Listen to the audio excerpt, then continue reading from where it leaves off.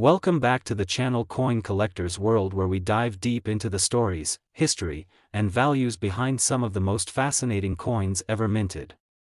Today we are going to explore the 1996 quarter dollar with the P Mint mark from Philadelphia.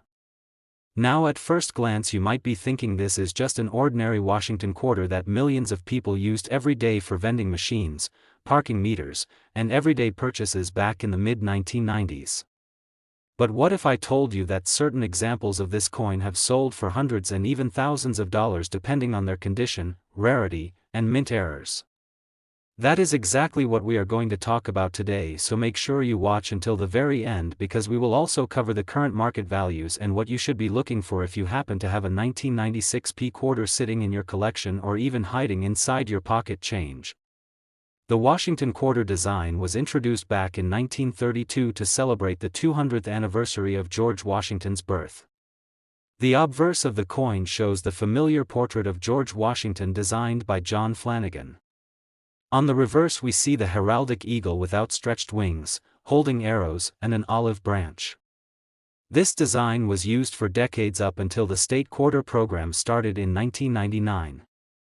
So the 1996 P quarter was one of the last years where the classic eagle reverse was still struck, and that alone gives it some nostalgic value for collectors today. Now let's talk about the mintage. In 1996, the Philadelphia Mint struck over 925 million quarters with the P Mint mark. That is nearly a billion coins. So you might be wondering, how could a coin with such a high mintage possibly be worth a lot of money? The answer lies in condition, rarity, high-grade examples certified by third-party grading services, and also in unusual errors and varieties that can turn an ordinary quarter into a treasure. Most 1996 P quarters you find in circulation are heavily worn, scratched, or have lost their original mint luster. In circulated condition, these coins are worth only face value of 25 cents. But in uncirculated condition, especially when graded mint state 65, mint state 66, or higher, the value starts to increase significantly.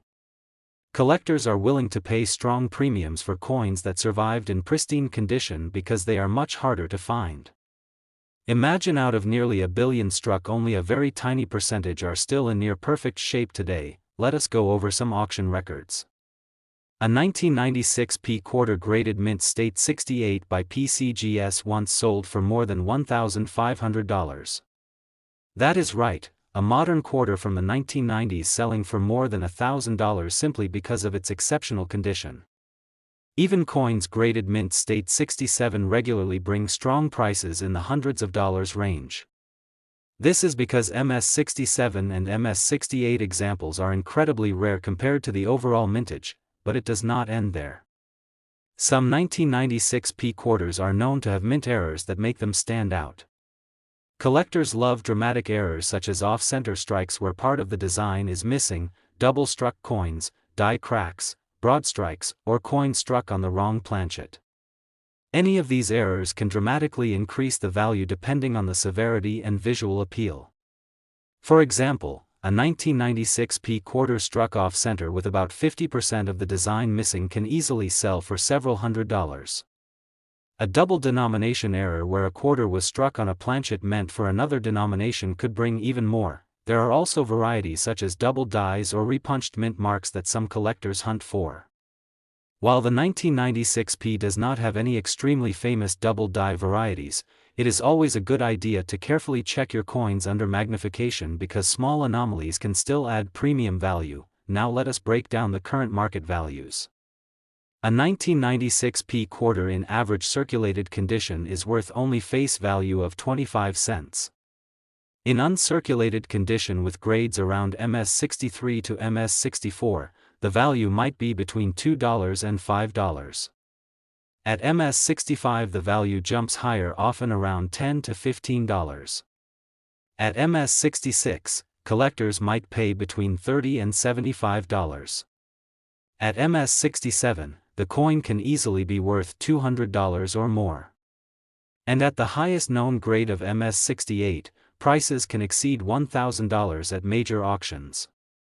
Keep in mind that market demand can fluctuate, so these values are always approximate. So the lesson here is that while most 1996 P quarters are still common, the rarest survivors in gem condition are very valuable.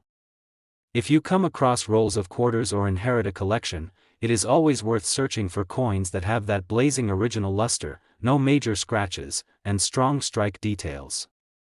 Submitting coins for grading can be a smart investment if you believe your coin might reach those higher mint state grades. Let us also briefly talk about proof coins. In 1996, the San Francisco Mint produced proof quarters with the S Mint mark, and those are struck on specially prepared planchets with mirror-like surfaces. While those are collectible, they are a different category. Today we are focused only on the P Mint mark from Philadelphia. Another interesting fact is that 1996 was the last year before the U.S. Mint introduced special mint sets and before the state quarters completely changed the hobby landscape. So quarters from the mid-1990s are now becoming more appreciated by collectors who remember using them in everyday life and now want to preserve them in high-grade condition. To wrap things up, if you have a 1996 P quarter, check its condition carefully. If it is worn and circulated, it is only worth face value. If it is bright, shiny, and looks uncirculated, it could be worth a few dollars to collectors. And if you are lucky enough to find one in superb gem condition or with a dramatic mint error, you could be holding a coin worth hundreds or even thousands of dollars.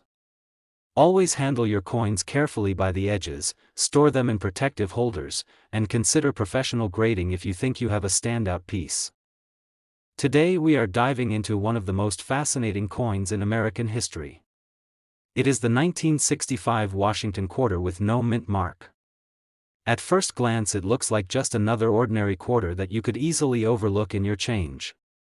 But some of these coins can be worth a lot of money depending on their condition, strike, and most importantly their composition.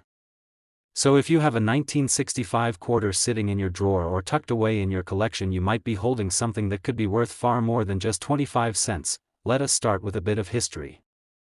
The year 1965 was an extremely important turning point for United States coinage. Prior to that year, quarters were made of 90% silver and 10% copper.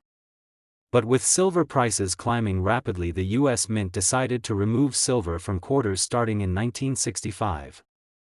From that point on, quarters were struck using a copper-nickel clad composition with an outer layer of 75% copper and 25% nickel bonded to a pure copper core. Now here is where things get exciting.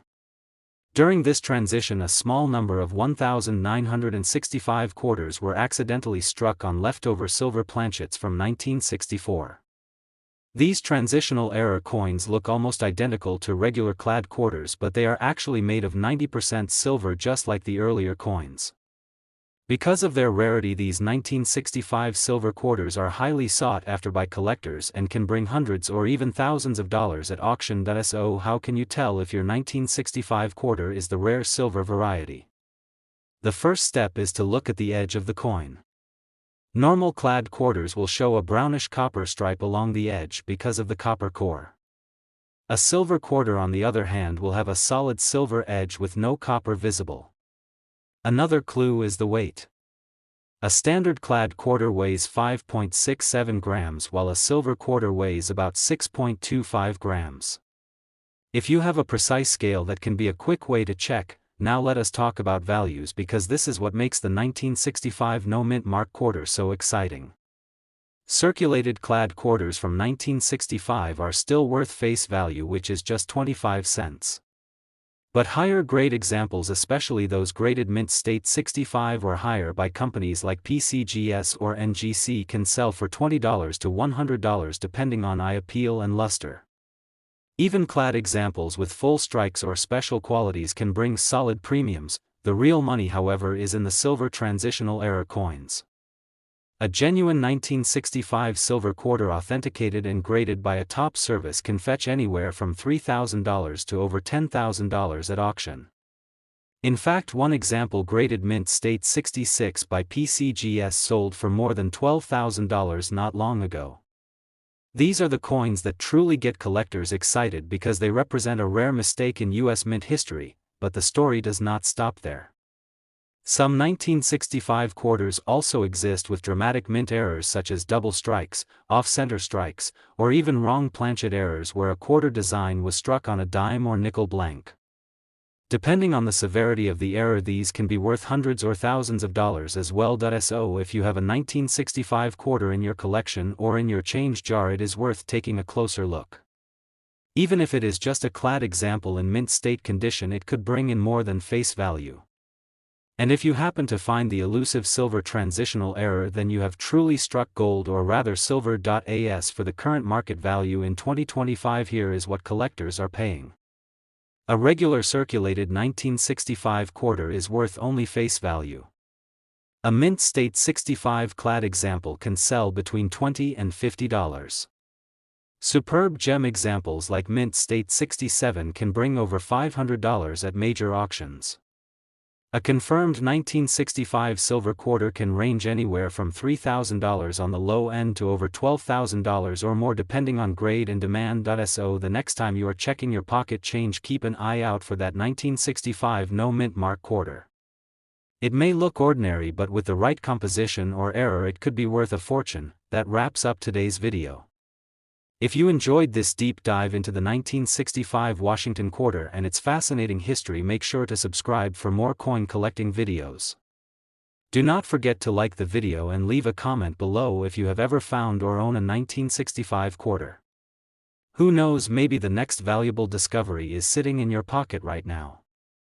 Today we are diving deep into the world of coin collecting, and we are going to talk about one of the most fascinating coins that you may have in your pocket change right now. That is the 1978 Washington quarter with no mint mark. At first glance it may look just like any other ordinary quarter, but when you understand its history, rarity, grading, and the current market value, you will see why collectors are willing to pay serious money for the right coin. Now before we get started, if you are new here, make sure to subscribe and turn on the notification bell so you never miss our deep dives into valuable coins and hidden treasures in your everyday change. Let us begin with some background. The Washington Quarter series was first introduced in 1932, and by 1978 it was already a well-established part of American coinage. These quarters are made out of a copper-nickel clad composition since the United States stopped using silver in regular circulating quarters after 1964. So all 1978 quarters are clad coins, not silver, which means that the base metal itself is not particularly valuable.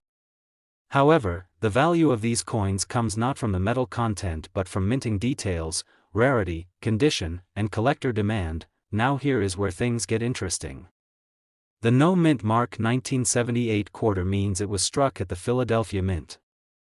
During that time, the Philadelphia Mint did not place a mint mark on most circulating coins. So if you find a quarter dated 1978 without any letter under the date, you are actually holding a coin that was produced in Philadelphia. At first thought, this might seem common, and indeed millions were made. But within that massive production run, certain coins have qualities that make them highly collectible and extremely valuable today. The most important factor is condition. Coins that have been circulating for years, bouncing around in pockets, wallets, and coin rolls, will almost always show scratches, wear, and dullness. These are common and generally worth only face value. But when a coin is found in high grades, such as mint state or even better in a proof like strike, then collectors go crazy. Grading is done on a scale from 1 to 70, with 70 being a perfect coin showing no signs of wear or imperfections under magnification.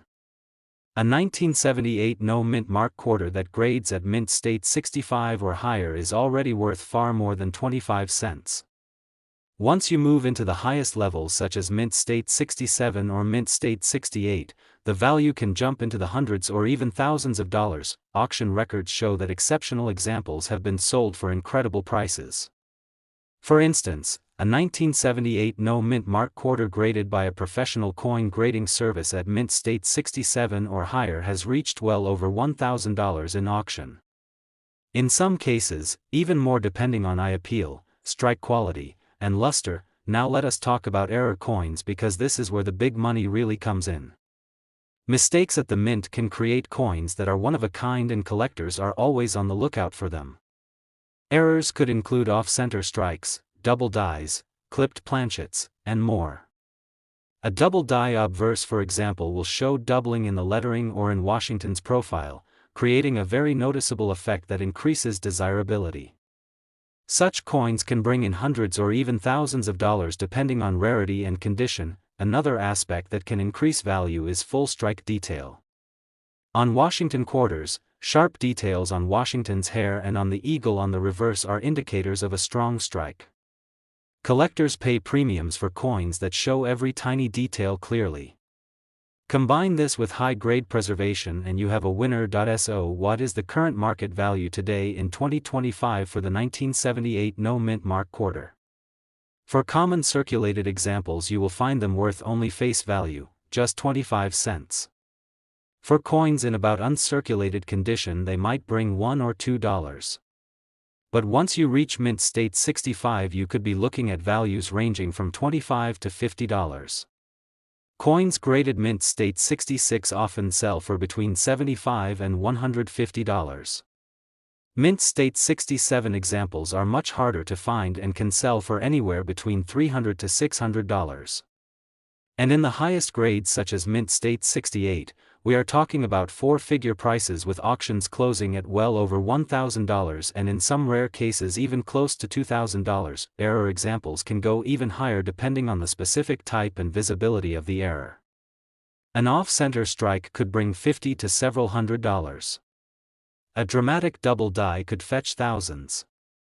Each error has to be evaluated individually by a professional grader or coin dealer to determine its true market value. So the key takeaway here is that the 1978 no mint mark quarter may look ordinary, but in the right grade or with the right error it can be worth a lot of money.